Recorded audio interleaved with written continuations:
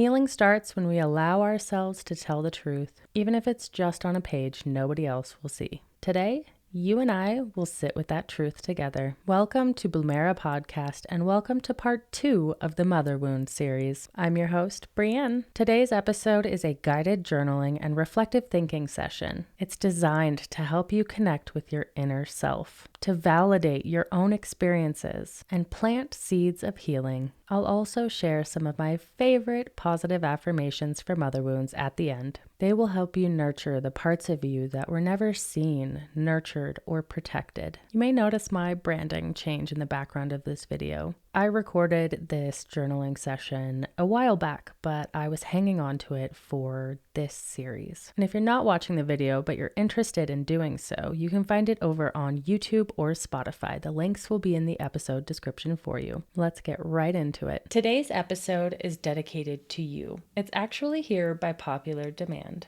You wanted and asked for more guided journaling and reflective thinking sessions. So that's exactly what we're doing today. Your voice matters here and has the power to direct future conversations on this podcast.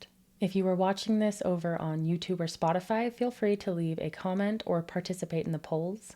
And for those tuning in on other platforms, don't worry, I got you. You still have a way to use your voice here.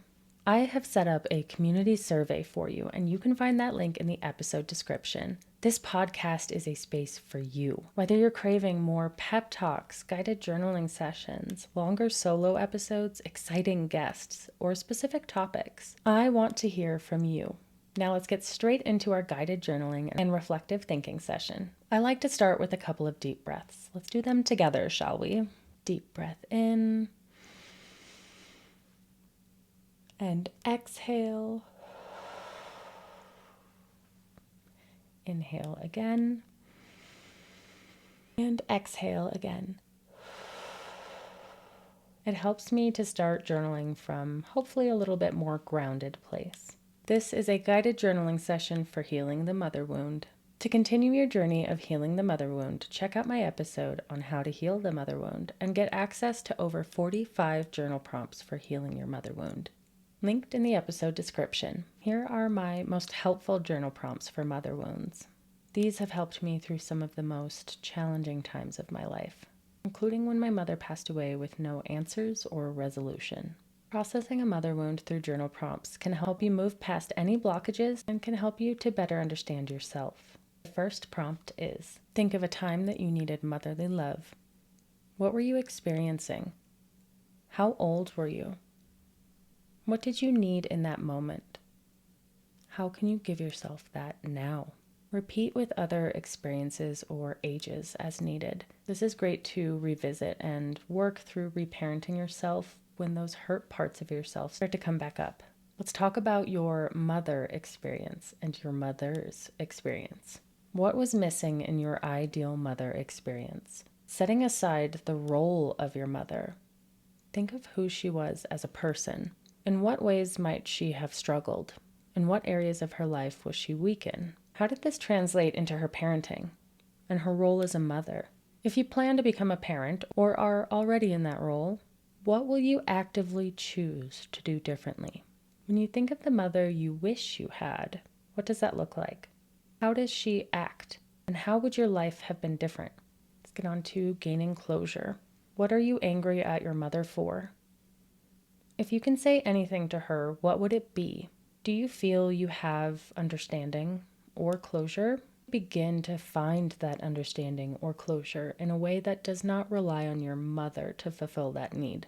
I always recommend therapy. I also have resources for healing the mother wound linked for you in the episode description. Now let's talk about one of my least favorite categories, potential similarities. In what ways are you similar to your mother? If these are good ways, how do you celebrate those qualities?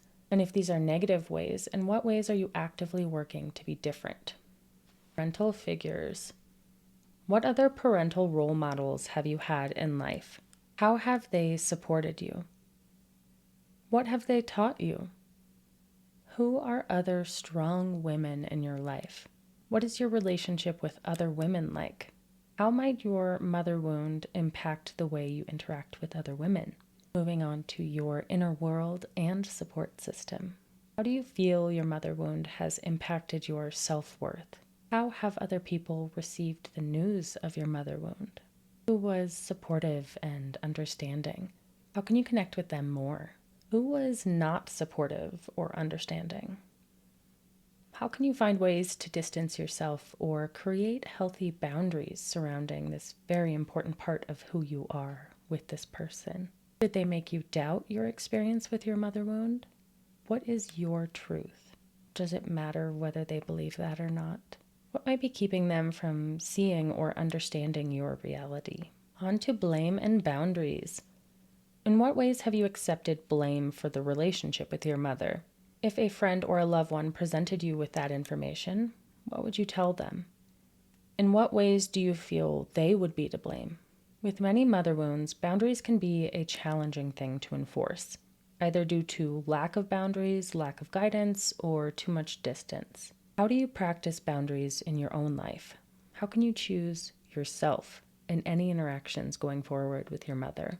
Relationship dynamics. What type of bonds do you form in romantic relationships? In what ways have they been similar to the relationships with your mom? How can you find healthier bonds with people in the future? What do you require of the other person to have a healthy bond? How does your mother wound impact the way you parent, if you are a parent? How do you reparent yourself in moments where you are triggered? Can you reparent yourself in moments where you are triggered? How can you give yourself extra love and nurturing today? These journal prompts for mother wounds are designed to guide you to a deeper level of understanding, both for yourself and your mother.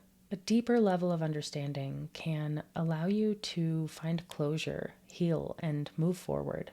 You'll be able to break those generational cycles of pain and start generational healing.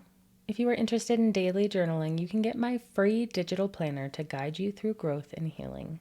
You know how much I love positive affirmations and believe in the power of positive self-talk. In fact, I have not just one, but 2 dedicated sections in my digital journal, which you can download too for free, that remind me to practice positive self-talk and affirmations. Here are my positive affirmations for the day. My past does not define who I am as a person. My childhood experiences do not define who I am as a person. I deserve to be respected. I deserve to be treated with love. Boundary setting helps me find safety. I am not to blame for my childhood experiences. I'm choosing to care for myself. I am doing the best with what I have, and my best is enough. Breathe and remember who the fuck you are. You're a goddamn superstar. And don't you forget it.